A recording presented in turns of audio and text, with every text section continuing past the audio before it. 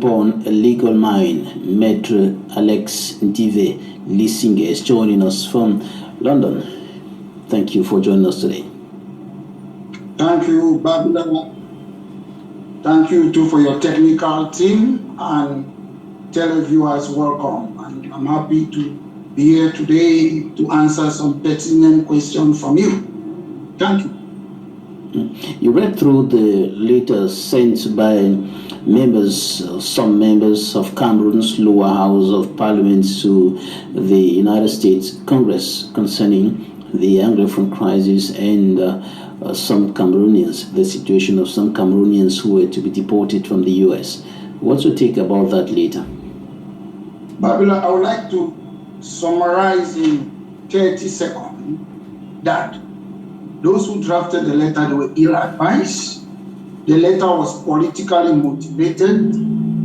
The letter is a Frankenstein monster that is going to come and haunt the Cameroon government, and it was drafted badly by some political nostrums in Cameroon.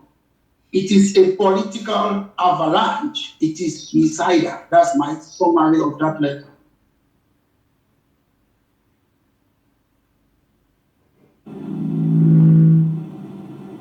What about the content of the letter? You talked about the fact that, in your opinion, the letter was poorly drafted. Now the content of the letter.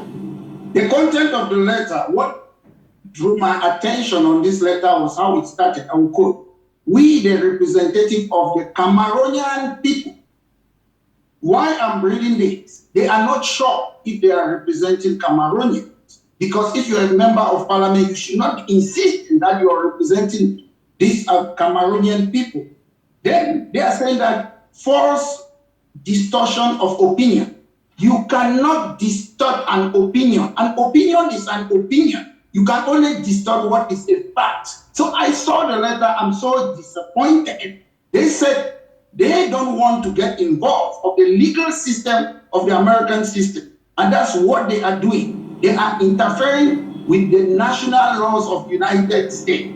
Because once as you claim asylum, I'll give you a brief summary of what is an asylum seeker. Somebody who is running away from his country because of political, racial, or social reasons, and they cannot avail themselves to the government. So how come that part of the legislative Cameroon government, they are getting involved in something that because these people are running away from them, so only the American legal system can determine this. It doesn't concern them. The letter is a disgrace to me personally. But you talked about the fact that it started by indicating that we representatives of the Cameroonian people. But what's the problem with that? Are they not representatives of the Cameroonian people? Babylon, you cannot be living in Yaoundé for 5 years without going to your constituency, so you're representing the people. They are not representing the people. You cannot, most of them, they don't go to their constituency. Look, I will divert a little bit. There is a problem currently in northwest and southwest of Cameroon. These people are not able to debate it in the parliament of Cameroon. Then how are you representing them? They are not representing the people of Cameroon. They are representing themselves and their pockets. They are not representing the people of Cameroon. If they were, I would see them talking in the parliament of Cameroon. They are not. They have, I presume, what they have done. They should apologize to the American government and withdraw the letter. And to some extent, some of them, they should resign because what they have done, they don't seem to understand how the legal system works. You cannot intervene the government. I'll tell you what the government of Cameroon should do, what they haven't done. If they believe that some people have committed crime against the state of Cameroon, what they need to do is to look for lawyers and pursue it through the legal means. This temporary protection has got nothing to do with Cameroon, or except they want to tell me they have got a deal like what former Prime Minister Tony Blair and George Bush of America, what they did by sending some Iraqi through rendition, except they had a deal with Donald Trump. Because how does it concern them? It doesn't concern them. I don't know of any application that the government of Cameroon have made that they should send certain people back to Cameroon. So this They are intervening in an international, which is the UN Convention, Geneva on Refugee. They are intervening. They are not supposed. Those people allegedly, they are saying they are running from the government of Cameroon. So how can you intervene in a process when they are running away from you? Because I've seen what they said, some congressmen in America, like somebody like Congressman Anthony Brown. This is somebody with a sterling quality. They are saying they are misleading the public. This is somebody who is a lawyer, a politician. He used to be a lieutenant governor, vice governor, and currently is a congressperson in Maryland. He used to be as work as a United States Reserve military for 30 years. And you're calling him that he's lying. He's giving misleading information. So when I look at it, it was so sad. And I believe our members of parliament in Cameroon, they don't understand what they're saying. They're mixing everything. I look at the letter, I was so disappointed. I can go on and on. What Anthony Brown, a congressman, said, he said, if these people are sent back to Cameroon, they might be ill-treated. There might be retaliation. And if you go and check what this man said, it is the same thing that Amnesty International is talking about, torture and ill-treatment of opposition and some people in southern Cameroon. If you see it, it's the same thing that U.S. State Department is talking about extrajudicial or summary killing. It is the same thing that Free House in Finland is the same thing that Amnesty International is saying. I don't know if they had the chance to read the congressman's report and they look and compare it with Amnesty International report, with Human Rights Watch and other human rights reports. I've tried to look at the Cameroon human rights report. I cannot find one. They are criticizing people when they are not in the position to produce their own human rights report about Northwest and Southwest or what is happening in the north of Cameroon. So it is very disappointing. It is more political. I don't understand what was their aim. And as I say, it is a Frankenstein monster. It's going to haunt the administration of Cameroon. The reason I say this, because if a new president comes to a country like Mr. Biden, what you need to do, go and look at his political career for the last 50 years. Then you will know how to deal with such person. Mr. Biden is somebody who will sympathize with people of southern Cameroon. I will quote something what Mr. Biden said. I have something here, I will quote it. He said that because he's a firm supporter of the Kurdistan Republic, he wanted the Kurds to separate from Iraq. And when he won the presidential election, they will celebrate in Kurdistan because he promised them that in his lifetime, those people will have independence. So they don't know Mr. Biden is a Democrat. The Democrats are liberal on immigration. They are liberal when it comes when people are being tortured like the people of Northwest and Southwest. So the government of Cameroon or these parliamentarians have made a big mistake in their life. And to me, they should not be ashamed to apologize and draw that letter. The Cameroonian lawmakers think that the U.S. congressmen expressed derogatory opinions and distorted information about the situation in Cameroon. Isn't it a problem? I will quote you something. What Congressman Anthony Brown said. They fear political motivated persecution, violence, retaliation, and health consequences.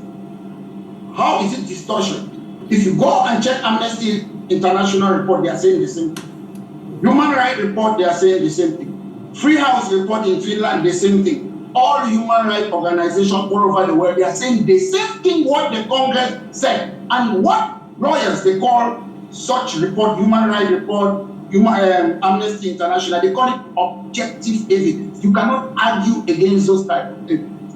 What they are saying in Cameroon, what they are saying is called subjective evidence. And in law, in the court of law, you look at the subjective and the objective evidence before you make a decision. So you cannot be arguing that Amnesty International, they are lying, that U.S. State Department, they are lying. If you read the U.S. State Department report, they are quoting from Amnesty International.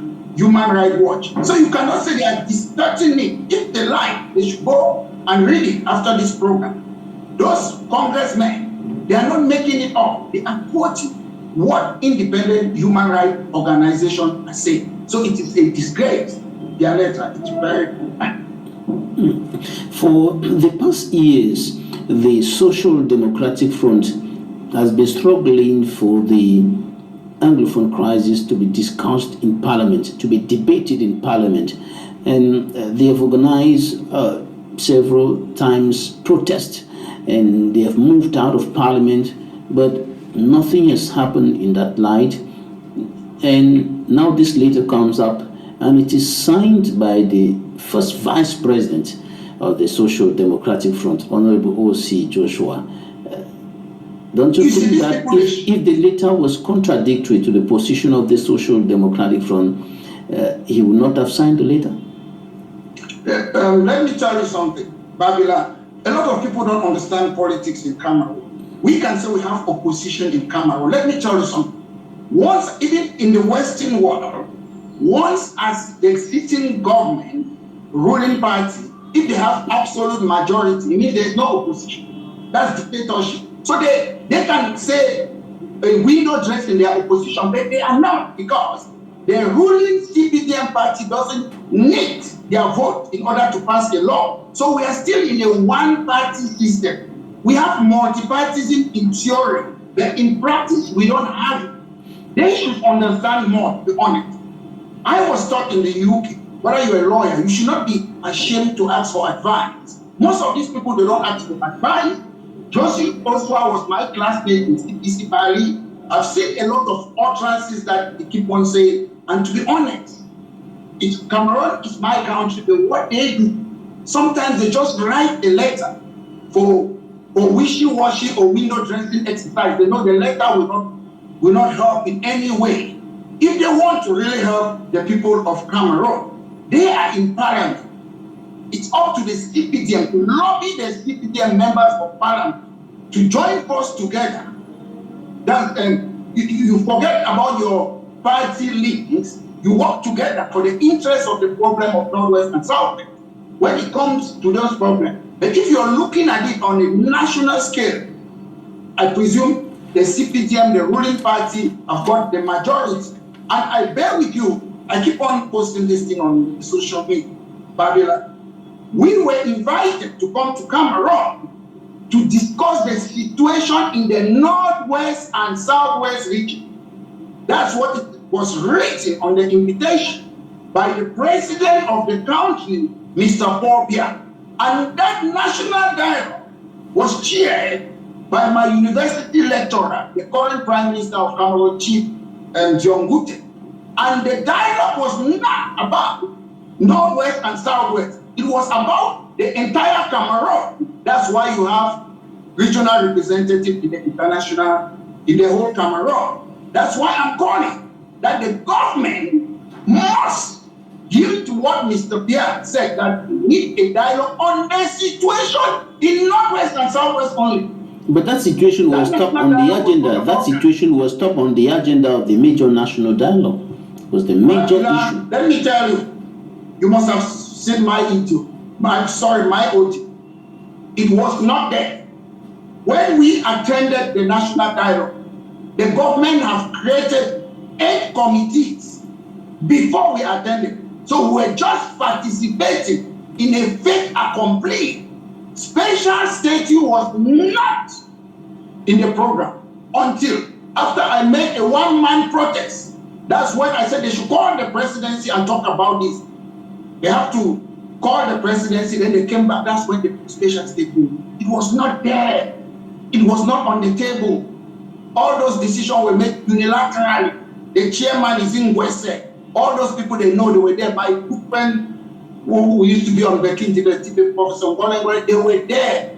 A lot of people were present there. And it was the French-speaking region, the Francophone. They came and they told me, Maitre and Ndive Lisinge, 85% of Francophones are behind you. So the fight in Northwest and Southwest is not just about Anglophones. If you're a human rights activist, it is universal. If these people in the parliament want to fight, they should consult everyone. I don't see why, like Joshua was my classmate. If you people are drafting something, somebody's a legal-minded person in this country, ask for advice. Ask for advice. I do ask for advice from people. You don't sit and draft a poorly drafted thing, telling people intervening in the legal system of America. The people who are running for asylum, they are running because of the Cameroon government. And it's up to the court in America to decide, not the government of Cameroon. One thing that made me, I was so disappointed by that letter.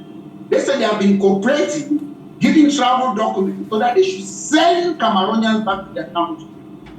We have agreed on what the late President Mobutu Sese Seko said. He used to tell his people from Zaire, Congo, Democratic Republic of Congo, go out. These people came and destroyed our country. Go out and go and get things there and come and invest in our country. The Cameroon government is saying, send them back to Cameroon. Are you going to give them job? Why do you want that they should be sent to Cameroon? It's not up to you to determine if they have false documents. If you're seeking for asylum, you can travel with fake false documents. You can do that. But Matt, if there are citizens who are to be deported, what should the government do? Should the government reject them and also, or what should the government do? Because normally when the lawmakers are talking about issuing travel documents so that they can come, it's for those who are not legally accepted in the United States and they have to come back home and travel documents have to be issued for them to return. Let me tell you something, Babylon. Before, I don't know the case in America, but from my experience, before the government issue you a travel card or a document, they have to consult the individual. Then they have to consult the American government, have to consult Cameroon Embassy. Listen, if they want to deport me, I say I'm not a Cameroonian. It's up. The Cameroon government goes and investigate. I want to prove that you're a Cameroonian. It's not up to the Cameroon government. Most of those people, they refuse that they are not Cameroonian. But the Cameroon government, do the Cameroon government, they love these people. Why do they want them back in Cameroon? Whether they are economic migrants, it's up to the American government to determine it. Do you want them to come back to give them a job? Babylon, reading between the lines, what these people are doing is malicious. They say they are spoiling the name of Cameroon. Look, those who are spoiling the name of Cameroon, they are Mr. Bia's minister, and most of them they are in prison. They should deal with that before they start worrying about people out of the country. If the government of Cameroon believes that somebody has committed a criminal offense, they should seek a lawyer. I will work for them if they want it. It's not an application. Stop distorting international law. Concentrate in Cameroon. Look at the people who are corrupt in Cameroon, stealing taxpayers' money. That's what the government needs to be fighting. Not people who are out of the country. If they believe, as I say, I will repeat, anybody have committed a crime against the government of Cameroon, look for a lawyer and do that. This temporary protection has got nothing to do with the Cameroonian government. It is an immigration process. So how does it concern them? If it was like, you see, Julian Assange, the American government, they want him, they have made an application to the UK court. So they should make an application. And if the American government refused, then if those people have committed an offense against the state of Cameroon, I will support the government. But the government have not made any application. So why are they complaining?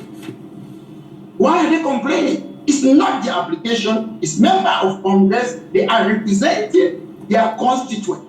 All those congressmen, they are not speaking on behalf of the government. They are speaking on behalf of their constituent. When you come and complain today that you have problem in Cameroon, this whatever, they will go and read Amnesty International report. They will read Human Rights report. They will read the U.S. State Department report. Then they will make a decision. They are not distorting any fact. Another issue that has been coming up again and again is the fact that the United States is hosting many people who are largely masterminding happenings, notably in the northwest and southwest regions of the country. And this issue is coming back again and again. And there seem to be, you see, the government seem to be requesting that those people should be sent back home to face the law. Babila, under the criminal law, under the criminal legal system, there is a procedure to do things. To the best of my knowledge, correct me if I'm wrong, have the government of Cameroon made any application that they should send certain people back to Cameroon? To the best of my knowledge, it's no. And to be honest, as things stand, nobody has committed an offense against the government of Cameroon in America. It's up to the government of Cameroon to take the evidence and send it to the government of America. It's not up to the government of America. If they believe somebody has committed an offense, they have to look at the something we call public interest. You don't just take somebody to court for the sake of taking the person. Somebody might commit an offense. What you have to ask yourself, is there public interest, the interest of justice? Let me tell you something. There was someone, I won't call the person's name, but some people don't know, in America, a Cameroonian, committed an offense, ran and went to Cameroon in the northwest region. The FBI left America with the government of Cameroon's permission, came there and arrested that person and took the person back to America. So why can the government of Cameroon not do the same? They should stop playing by the gallery. The government of Cameroon is playing by the gallery. We have got a human rights commission. They have appointed people. They visit people who don't know anything about the law. If I ask them, what's the Universal Declaration of Human Rights? Can you name the 30 articles? They don't know. So the government is playing with the gallery. You are running a country. The government is not fit for purpose. And they need people who will join them and teach them how to run a country. Maitre Ndive Lisinge, thank you for your time. Thank you very much. Thanks, ladies and gentlemen, for staying with us. That will be